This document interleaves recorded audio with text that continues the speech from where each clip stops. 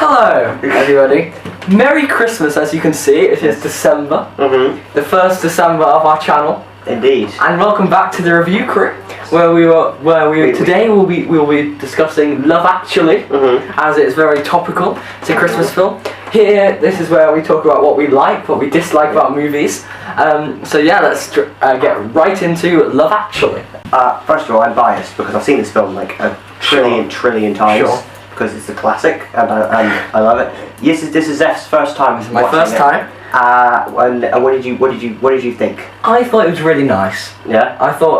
I mean, if you don't know, it kind of like follows 8 or 9 different stories. Yeah. At Christmas time. Yeah. It's all like relationships or families or whatever. Yeah. They do. The whole idea of the film is that it's supposed to show like all like the different ways you could interpret love. Yeah. And that's why it's called Love Actually. Yeah. And it's a really heartwarming film. It is. And at the end, all of the plot points like get resolved. Like either a couple gets together, or like a problem they've been having gets resolved, or someone finally has the courage to ask someone out. Or like something like that. And it's all really nice and really heartwarming. You have there's this guy who proposes to this Portuguese girl, and that's really nice. There's the Prime Minister who gets with a girl. Yeah. There's a child who kind of gets with a girl, and it's all just really nice, and it's got an incredible cast as well. Yes, I want to talk about this. Talk about the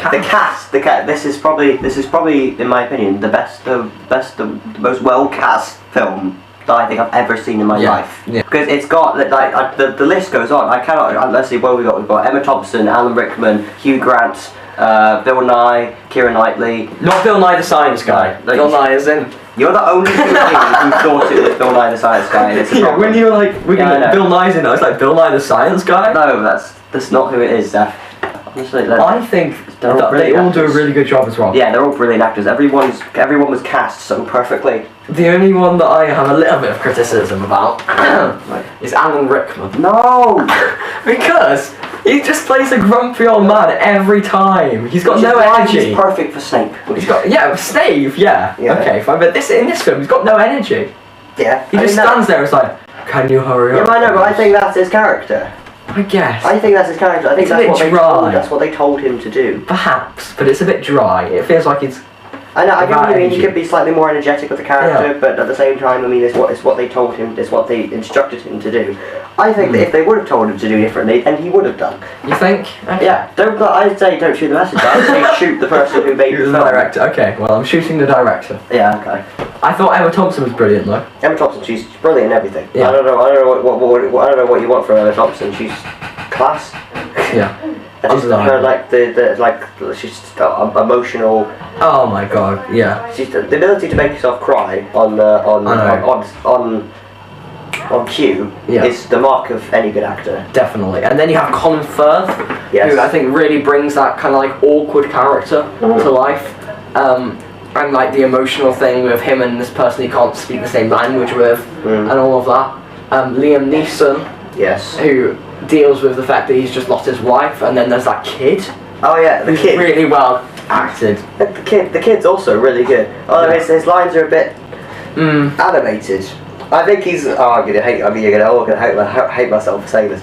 But he's very much so like he's like the Anakin in the prequels. I can see the young Anakin. He's very 2D. But I think at the end of the day, he's just reading the lines. He doesn't convince me that that's he doesn't convince me that's his character. At the end of the day, I feel like that's just kill actors for you. Yeah, but I mean, I'm asking a lot, but I mean at the same time that if you compare him to other kids, trust me, there are good kid actors. Yeah. There are good child actors. Yeah. He, in my opinion, was not one of them. Okay. He's been in later stuff. In later stuff, he's brilliant. But in this film, I don't think he's too unconvincing. Okay. I thought Hugh Grant was very good as the Prime Minister. Well, they have to get him in a rom-com. They have to. He's in every rom-com. Hugh Grant. He literally is. He's the king of rom-coms. It's like if you ever seen any rom-com ever, like 9 out of 10 odds that Hugh Grant will be in it somewhere. Bill Nye as well. I thought he was very very comedic. Like Britney Spears. Wow. No, only kidding. She was rubbish. Okay, here's one. How do you think the new record compares to your old classic stuff? Oh, come on, Mikey. You know as well as I do, the record's crap. And I'll be stuck in some dingy flat with my manager, Joe, ugliest man in the world. Fucking miserable. Gamble didn't pay off. So if you believe in Father Christmas, children, like your Uncle Billy does, buy my festering turd of a record, and particularly enjoy the incredible crassness.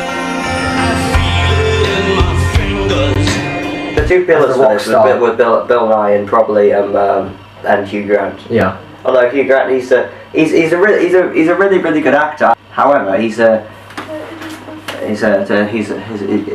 reminds me of certain other political figures. Yes, perhaps. I'm not going to name any names. I think he's done his homework. Yeah, definitely. in terms of politicians, which is a good thing. Yeah. Because he presents what politicians are like. There would be a better prime minister than the ones we've had. I thought obviously Bill Nye. Is that how you pronounce his name? Bill Nye, yeah. Bill Nye. I thought Bill Nye. He's the comedy element. Was very funny. He's a steady. Can we talk about the elephant in the room? What's the elephant in the room? Rowan Atkinson. Rowan Atkinson. What about it? Oh, what? The little like cameo. Yeah. I love the cameo. Rowan Atkinson. You dare say anything about? No, I love it. I love it. I was gonna say okay. I love it. Rowan Atkinson just marches in for this cameo, and he just steals the show. Yeah. I mean, he's hysterical. Yeah, well, if they would have had him in for any longer than that, then he would have actually stolen the show. Certainly, sir. Ready in the flashiest of flashes. I'm out of words. He's brilliant. Okay, that's all I'm gonna leave it at. And then what's he called? Chris Marshall adds another comedy element to it. Because you have he's the ginger guy. The ginger guy, yeah. I love him. You have all this the man is a god. You don't have a cute British accent. Yes, I do. I'm going to America. Colin. I bought a ticket to the States. I'm off in 3 weeks. No. Yes, to a fantastic place called Wisconsin. No. Yes, Wisconsin babes. Here comes Colin. No. Farewell, failure. America, watch out. Here comes Colin Frizzle. And he's got a big knob. And he just comes in with some brilliant comedy, and is just in many ways like Rowan Atkinson. It's just his vocabulary. It's so funny. He's so full of himself, but he turned out to be right. He's actually a genius. I thought it was really clever how in the end they all knew each other. Yeah, did you not realise that? They're all linked. Yeah. All of the characters are linked. They've got such intricate stories. It's kind of like Game of Thrones, when they all know each other somehow, and then it all links together. Oh no. Because you've got then it all gets linked together. Yeah. Because they have the airport at the start. Yeah. And the Prime Minister's like, oh, you like the I see you love. like the airport scene. And then at the end there's the airport. Scenes. It's really clever how they have like airport at the beginning and airport at the end. And it's nice for the audience. It's I like it. Dramatic irony. Exactly. It's him talking to the audience, laying the groundwork before they head on into the story. It's great. Like I love the whole the actually motif. Yes, that's something that I picked up. I don't know how you know. I've seen this film a trillion times. I never noticed it. Tough, Phoenix. Is the film's called Love Actually, and like all the way through the films, they input it in little pieces of dialogue. Actually, they keep saying the word actually. And then when the stories get resolved, they say actually. Then so like the Colin Firth says I'm off actually, and then the girl who's in love with the Prime Minister says I love you actually. Yeah. And it all.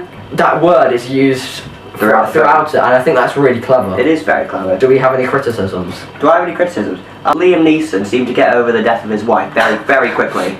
Okay. They literally have his funeral in the film.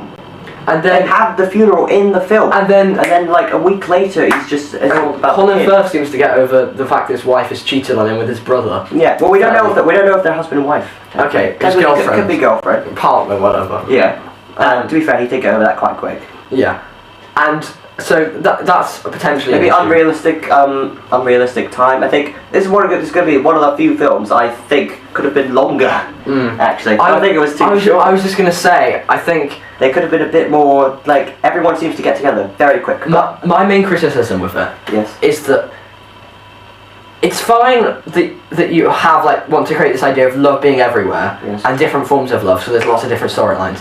But I think there's one or two too many, if I'm being honest, because I think there's too many characters it's hard to keep track of them all.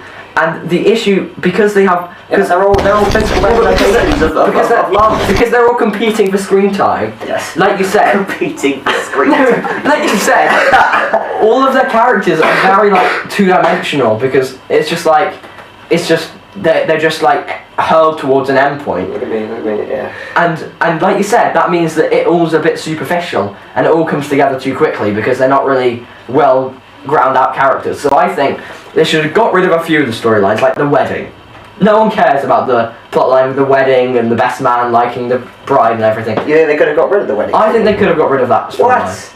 And maybe one other. Actually, no. I can see. Yeah, but then there's the iconic scene that like the. Yeah, but they could have worked that in somewhere else. Like the Portuguese storyline. Maybe they could have worked that in. They don't speak the same language, Seth. Who would you have got rid of then? You would have got rid of the wedding one. If I would have got rid of the girl and Carl. Yeah. I think they were also quite relevant. So then, if you have 6 really strong storylines, then each of them could be more developed and they'll make more sense. Oh, last thing. Oh, Colin Firth can't kiss. Yeah. Oh my god. That scene, the end scene, it's sweet and everything. It is. Colin Firth. It is. Honestly, mate. Get a life. He's a good actor. I can see why they put him in, but he cannot kiss. Yeah. That scene. Look, watch this. This scene is just a disaster. It is a disaster. What is that? What is that? You can't. What is that? You can't do it. No. I've seen. There's so many other actors. You know what he could have done? They could have.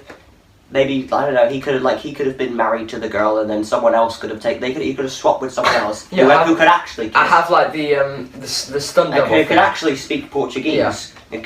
I recommend this film. Yeah, especially like Rowan Atkinson. You're focusing too much on the love part of it. It is the film hysterical. is so funny. You got Chris Marshall. You got Rowan Atkinson. There's all these little like tidbits of all the scenes, especially with Bill and I, on the radio, and just and Anton Deck. Anton Deck already did randomly. She's fine. Final thoughts. Got a good intricate storyline. It's very very funny. Brilliantly cast. Honestly, I could give it a 10 just for the cast. I genuinely could. Yeah. I'll give it 8.5. The only thing that's missing for me is developing the storyline and the kid. That's the only thing that's missing from it. Apart from that, and Colin Firth. Apart from that, it's a masterpiece, absolute masterpiece, and it's such a comforting film. Yeah, I love it. I think it's really nice. I'm probably gonna give it an 8. It's very heartwarming, but I just think there's a few too many ideas in there, and maybe a few things could be developed more, and a few things cut out. But I thought it was a really lovely overall, and it's probably my new favourite Christmas film. It's very hard. Thank you very, very much for watching. Thank you for your time. We wish you all a very happy Christmas. We'll be back in January for the beginning of our Harry Potter series. Yes. Thank you very much for your time. We'll hopefully see you in the next one. Yeah. Have a good night. So long. Goodbye.